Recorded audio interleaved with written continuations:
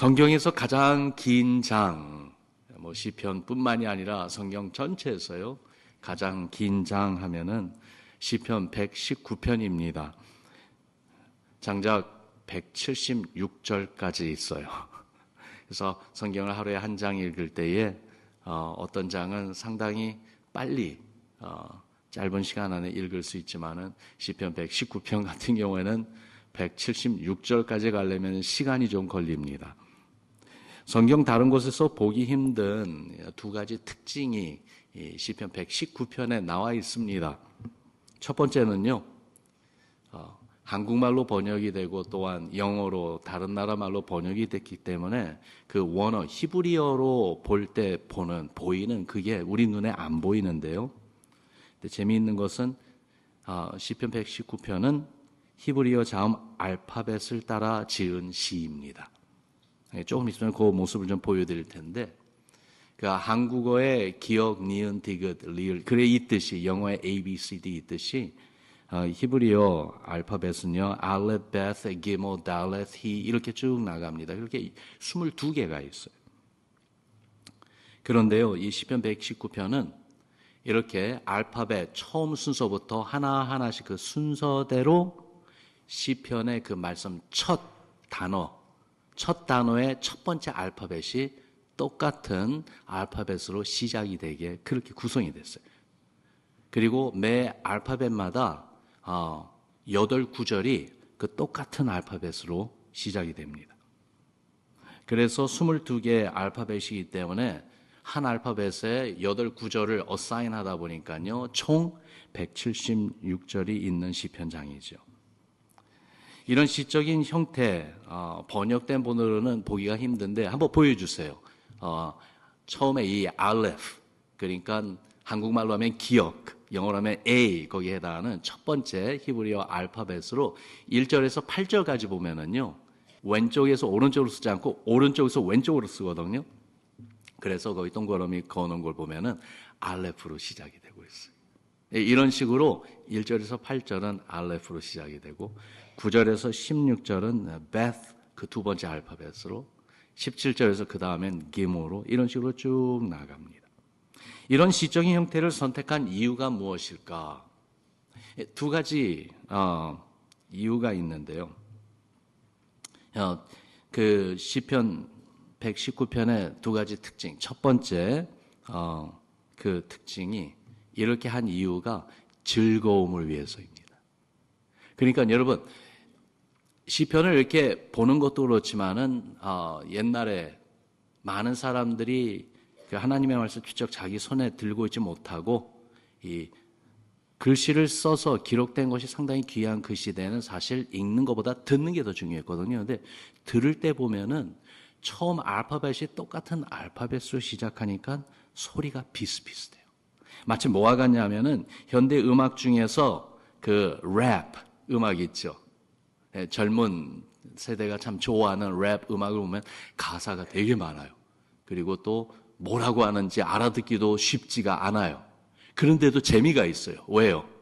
비슷한 은유를 맞춤으로써 그렇게 나아가는 그 랩 음악을 보면은 그 음악의 즐거움을 가사, 이 pronunciation으로서 더하고 있지 않습니까? 이처럼 히브리 언어로 119편을 읽을 때는요, 비슷한 발음으로 그 묘미와 즐거움을 드러내는 특징을 가지고 있습니다. 두 번째 또한 특징은요, 히브리서 119편은 하나님의 말씀을 강조하는 시입니다. 비록 히브리어 원어에서 한국어로 번역이 되어 그렇지, 원래 히브리어 원어를 읽어보게 되면은 1절부터 176절까지의 한 구절마다 하나님의 말씀이라는 의미를 가진 단어가 적어도 한 개나 두 개가 꼭 들어있어요. 예외가 있다면은 90절 그리고 122절 요 두 구절만 하나님 말씀이라는 의미를 가진 단어가 빠져 있고요. 그런데 나머지 174절 장작 그렇게 많은 구절마다 매 구절에 하나님의 말씀을 언급하거나 아니면 하나님의 말씀을 의미하는 단어가 그 안에 들어 있습니다. 무슨 말이냐면은 주의 말씀을 강조하는 시입니다. 그래서 번역본으로 보면은요, 말씀이라는 단어가 계속 반복돼서 나오는 것을 우리가 느낄 수가 있습니다. 사실 하나님의 말씀은 이스라엘 백성에게 너무나도 중요한 언약의 상징이었어요.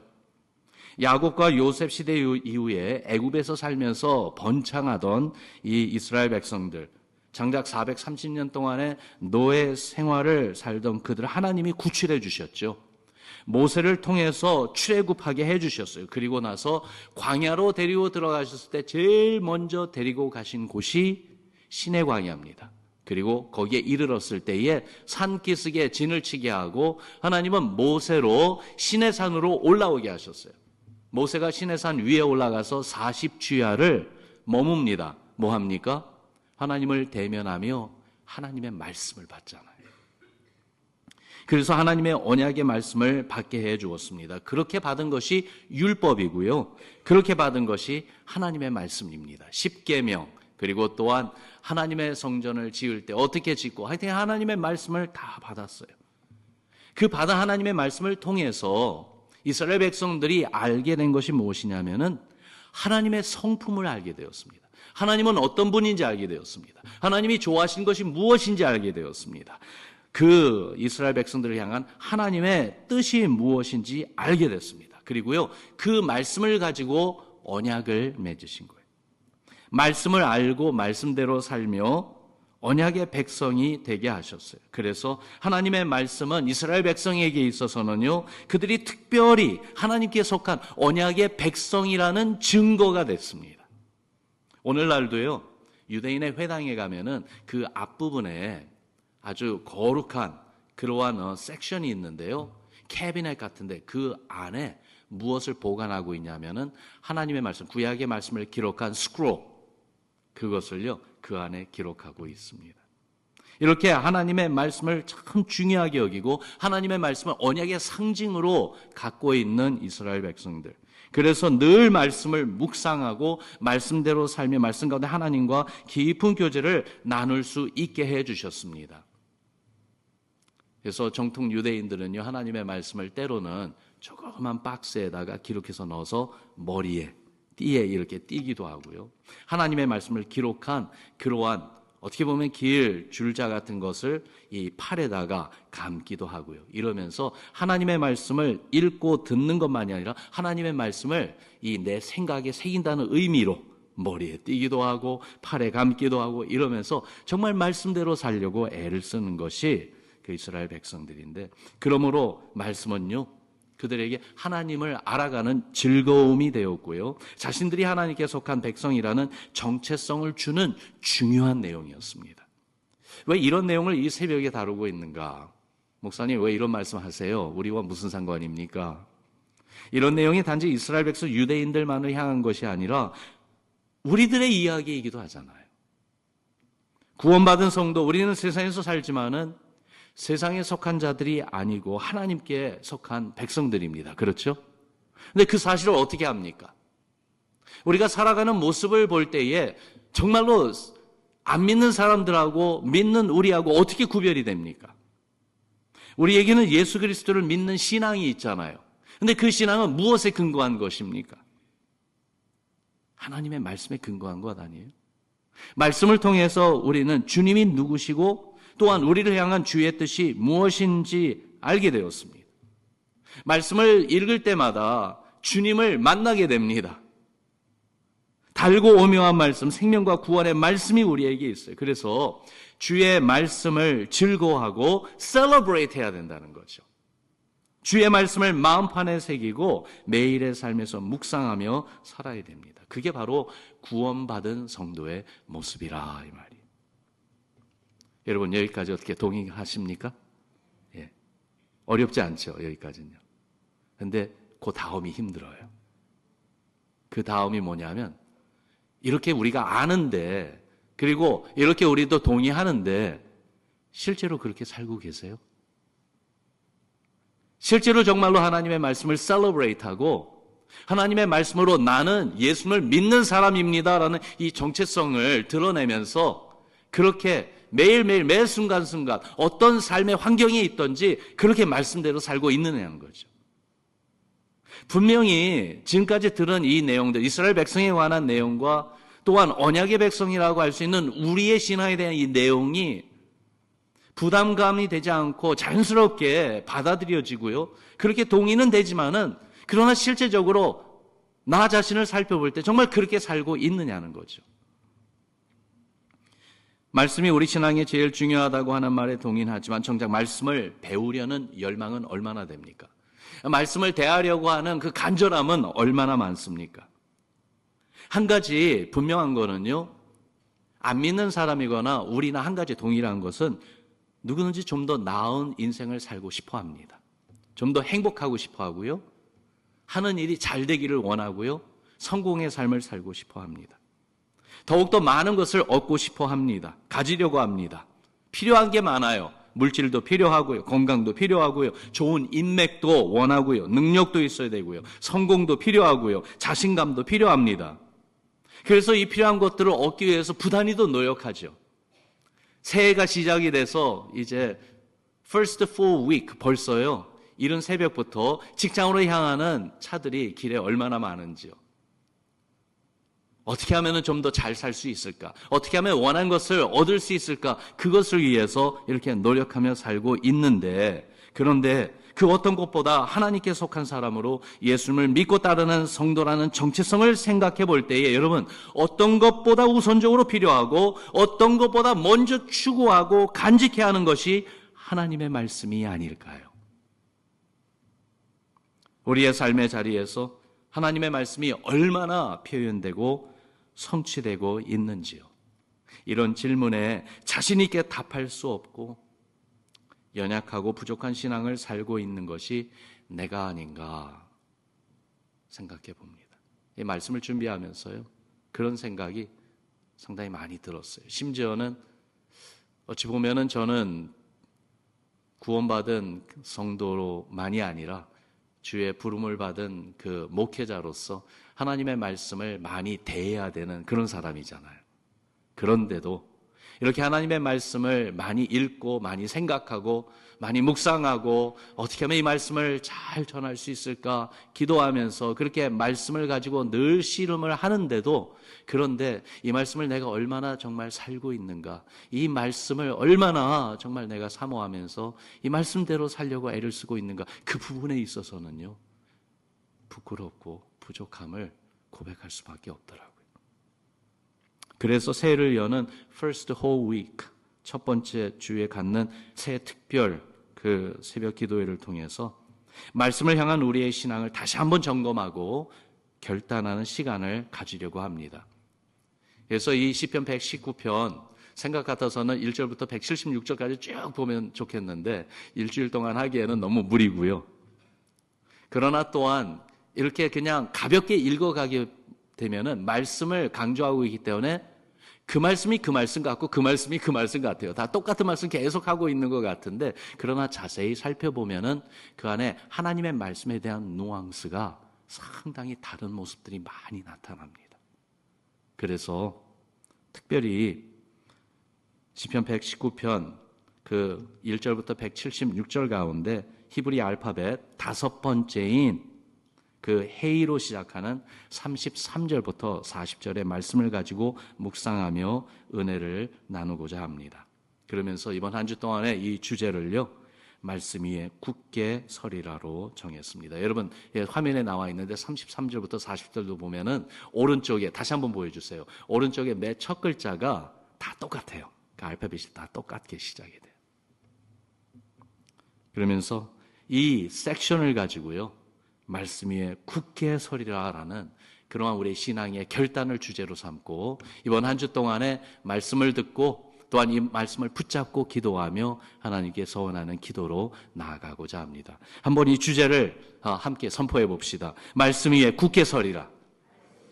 한 번 더요. 말씀 위에 굳게 서리라. 오늘은요, 이 섹션의 첫 번째 구절인 33절만 보겠습니다. 우리 33절 같이 읽어봅니다. 시작.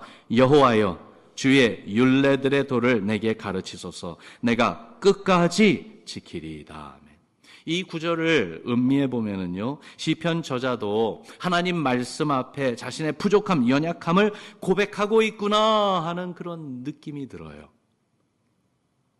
언약의 백성으로 하나님의 말씀을 알고 그대로 순종하며 살아야 하는데, 연약하고 그리고 부족한 신앙인 것을 스스로 알고 있는 것 같아요.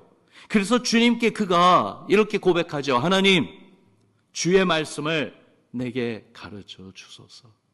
하나님, 주의 말씀을 나에게 가르쳐 주세요 하고 그렇게 기도하고 있는 이 기도의 말씀을 읽어보면서요, 이 말씀을 이렇게 묵상해 보니까 거기에 이 위로가 돼요. 또한 거기에 도전이 돼요. 성령의 감동을 받으며 하나님께 고백하는 시와 찬미를 쓰고 있는 시편 저자, 신앙이 누구보다도 우월하고 대단한 분일 거라는 생각을 해보지만은, 아무리 뛰어난 신앙을 소유하고 있다 할지라도 완벽한 하나님 앞에서는 마냥 부족하고 부끄러운 모습일 뿐이라는 사실이죠. 그런 점에서 시편 저자도 나와 같은 부족한 사람이구나라는 생각에 위로가 됩니다. 그런데 또한 귀한 도전을 받습니다. 어떤 면에서요? 이 시편 저자가 이렇게 하나님께 하나님, 나에게 말씀을 가르쳐 주세요.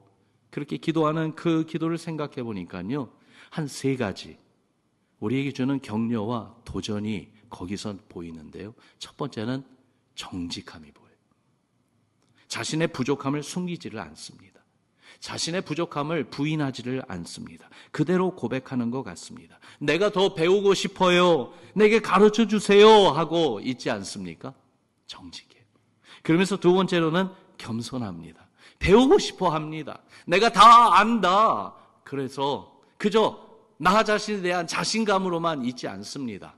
오히려 나 자신을 비우며 겸손히 더 배워야 됩니다. 더 가르쳐 주세요. 그런 마음을 표현하고 있는 것 같아요. 그러면서 세 번째로는요, 간절합니다. 가르쳐 주셨어요.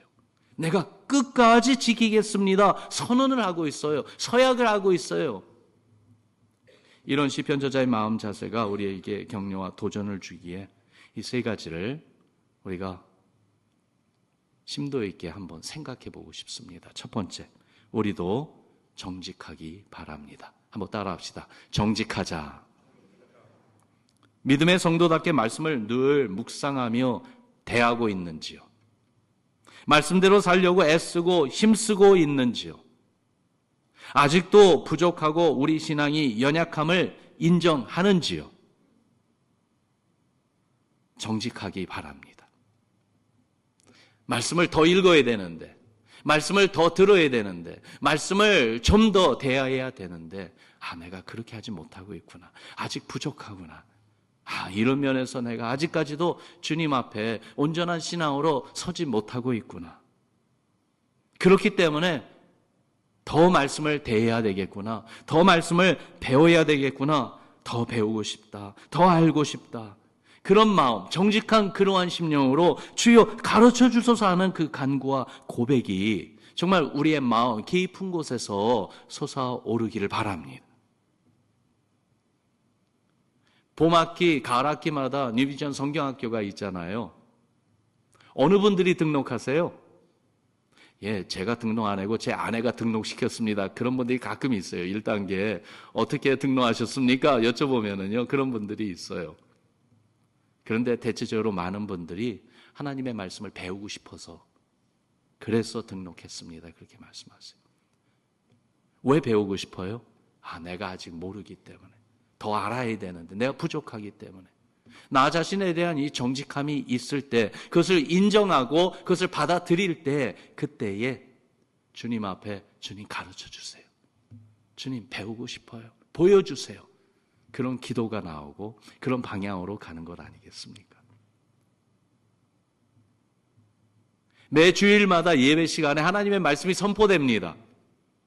선포되는 말씀 앞에 우리는 어떤 마음의 자세로 나와서 들으십니까? 그저 예배 부분의 한 부분이니까 습관적으로, 관례적으로 그냥 루틴으로 지나가야 되는 그냥 그런 부분입니까? 그래서 말씀을 늘 듣기는 하지만은 들리지 않는 그러한 상태에 있지는 않습니까? 만약에 그러한 모습으로 신앙생활을 했다면 거기에 대해서도 정직하자고요. 내가 하나님의 말씀을 듣는다고 와서 앉아있기는 하지만은 그러나 내 생각은 다른 데가 있구나. 내가 하나님의 말씀을 듣는다고 하지만은 내가 듣고 싶은 말씀만 듣고 있구나. 아직 부족하구나. 아직 모르는 게 많구나. 주여 가르쳐 주세요. 배우고 싶습니다. 이러한 정직한 마음이요, 정말 주님 앞에 간절한 기도로 나올 수 있습니다. 두 번째로 겸손하기 바랍니다. 여러분 따라합시다. 겸손하자. 겸손하지 않으면은 주께서 보여주시고 가르쳐주시는 말씀을 온전히 받을 수가 없습니다. 무슨 말이냐면요, 여러분 똑같이 말씀을 듣는데 이 말씀을 깨닫는 정도가 막 달라요. 말씀을 받아들이는 자세가 달라요. 때로는 말씀을 들으면서요, 내 선견을 가지고 듣는 경우가 있어요. 말씀을 들으면서 내 경험에 바탕에서 듣는 경우가 있어요. 내 자신을 기준으로 삼으면은요, 한 가지 분명히 말씀드릴 수 있어요. 내 기준으로 말씀을 들으려고 하면은 들릴 때도 있지만은 안 들릴 때가 많아요. 그거는 목사님 이야기고.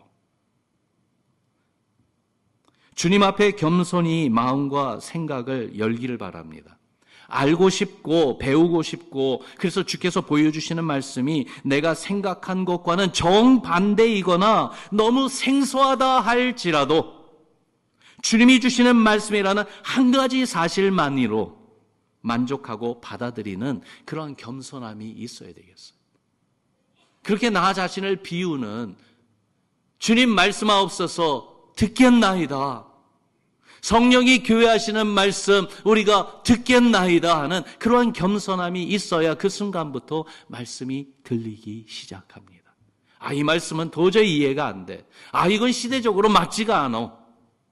여러분 자꾸 거부하고요, 자꾸 내 기준으로 내 선양으로 이 말씀을 자꾸 분별하고 판단하려고 하면은 말씀이 마음에 와 닿지를 않습니다.